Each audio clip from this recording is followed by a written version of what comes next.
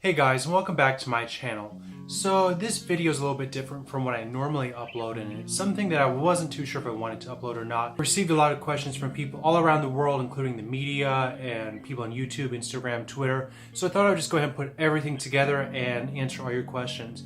So by now you're aware of the big earthquake that happened in Indonesia a few days ago. I happened to be vacationing in Bali and experienced the earthquake. If you didn't see, my last video was actually kind of a live reaction to that as it was happening. So I just thought I would tell you a little bit about the situation and why I was in Bali and what happened.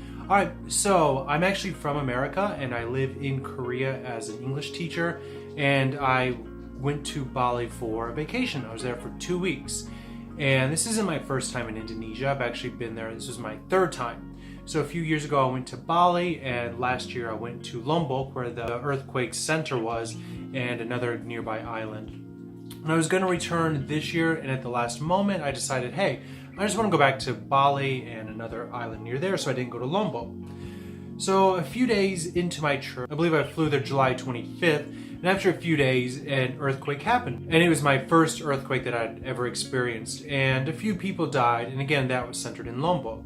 I was in Bali on the mainland, and the earthquake shook my bed, and it was a little, scary, but nothing too bad. And didn't really think too much of it. Life went on, and about a week later is when the big earthquake happened. And so far, I believe 138 people have died, but they're expecting that number to go up more. So if you're not aware, I was in Bali in an area called Ubud. Ubud is kind of in the center of Bali, and Bali to Lombok is about 2 or 2.5 hours by speedboat, or a pretty short plane ride I believe you can take between the two islands. So that morning I woke up, I went whitewater rafting, and came back and got showered, got dressed. It was my last full day, my last evening in Bali before I was to return to Jakarta and then return back to Korea at the end of my trip. So later that evening I decided to go have dinner and was heading back to the hotel, and the person I'm vacationing with wanted to get a massage.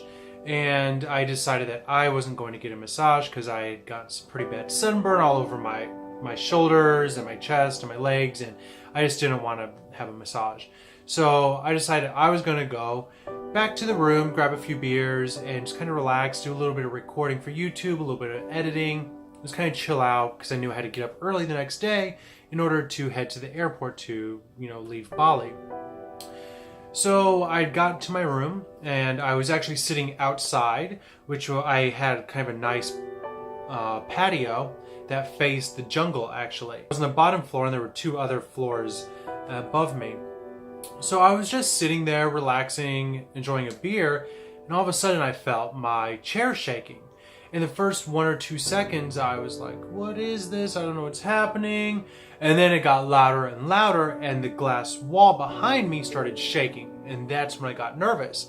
Since I was already recording for my videos, I went ahead and just recorded what happened at the same time. So at this point I kind of started thinking, what do I do? And I remembered back from school that you should get out into somewhere open. So I knew I had the jungle in front of me, but there's also a big hill that went down to that. So I walked out there, but it was pitch black. So now the earth and the ground shaking really, really heavily. And I'm getting more and more nervous because I don't know what's going to happen. I'm on the bottom floor. There's more rooms above me. I don't know if everything's going to crash down. So I kind of walked to next door to my room, and there's another building right there. So at this point, I started hearing glass breaking. And guys, it's a fucking earth.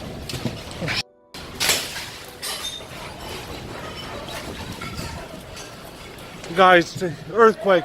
And glass is falling down, and there's glass in the next hotel that's falling. So there's a restaurant, and everything's just breaking. And so now I'm getting really nervous because of all the glass that's breaking and falling, and it's literally just kind of raining glass near me, and it's dark, and I don't know where to go, and the shaking is getting worse, and I don't know what to expect. How much longer is this going to last? Is it going to get worse? What's going to happen? Is this building going to fall and I'm going to be stuck? I don't know. So the shaking lasted, I would say, probably about 15 seconds, but of course it felt much, much longer. After the earthquake was done, I started hearing a lot of screaming and a little bit of crying. There were a lot of tourists in the hotel. Not all of them spoke English. I was panicking at this point. Is it going to keep going? Is it going to happen again? I don't know. So I went to the lobby of the hotel, and that's where I saw all the families. Everybody was kind of congregating. We were waiting to find out what was going to happen next. Alright, so I'm just waiting in the lobby of the hotel, which is kind of outside because it seems to be a little bit safer. Most of the guests are also out here waiting. It's kind of by the pool. We don't know what's going on. Sounds like the tsunami has been... There is a threat of a tsunami, but it's not necessarily imminent, so we're just kind of waiting, see if there's any aftershocks, what's going to happen. So right now it's just kind of a lot of waiting, so we'll see what happens. The staff, there were two gentlemen. They were very kind and reassuring, saying everything's going to be okay. So I automatically started looking on the news, looking at Twitter, trying to see what's happening, what to expect, and things were tense for a few minutes. And then we found out there was a tsunami, and that's when people got really nervous because we were on an island and a tsunami warning had been issued. So at this point, everybody was kind of gathering near inside the hotel lobby. There were people out on the streets. My hotel was further back from the street, so I stayed there. I went ahead and grabbed my passport and my waterproof bag just in case. I didn't know what was going to happen. But I definitely want to make sure I have my passport and some money with me on my person. So for about probably an hour or so, this tsunami warning lasted. And so everybody kind of stuck together in the hotel lobby. So it's about 9 p.m. on August 5th. It's about 30 or 45 minutes after that earthquake struck, which is about 7.0. Apparently now there's a tsunami warning, so everybody is in the hotel trying to watch the news, see what's going on. There's a lot of phone calls going on, so trying to see what's happening.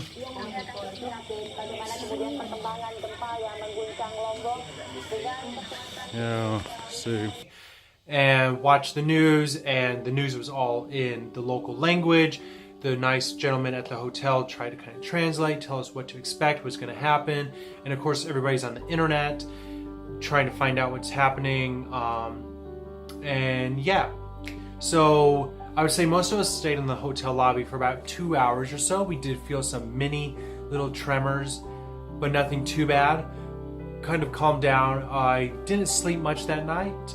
I did talk to a lot of people online, let them know that I was safe. Got a lot of emails and texts from everyone asking what had happened, and kind of reassured them that everything was okay once the tsunami warning subsided. And it wasn't really until the next day that I already had my flight out of Bali planned, so I wasn't leaving because of that. But the next day is when I found out the death toll was already rising, and it was much, much worse in Lombok. I felt very fortunate because I was planning to go to Lombok and I would have been there in the center of the earthquake, so I'm glad that I wasn't there. However, I was able to leave the next day, and I flew from Bali to Jakarta. The airport was getting crowded, and once I got to Jakarta, I saw all the news of the mass exodus of people trying to leave Lombok. Alright, so that's kind of my story of what happened in the earthquake in Bali and Lombok. A lot of people have sent me messages asking if it's still safe to go to Bali for their vacation, and the answer is, I don't know. Indonesia is a great place. I've loved my time there. The people are wonderful. The food's great. The sights are amazing. Is it safe to go? I don't know. That's something you need to research and find out for yourself. I hope in the future that the tourism can all return to Lombok and the Gili Islands and Bali, because it's such a great place to vacation. And I hate for those people to be affected even more.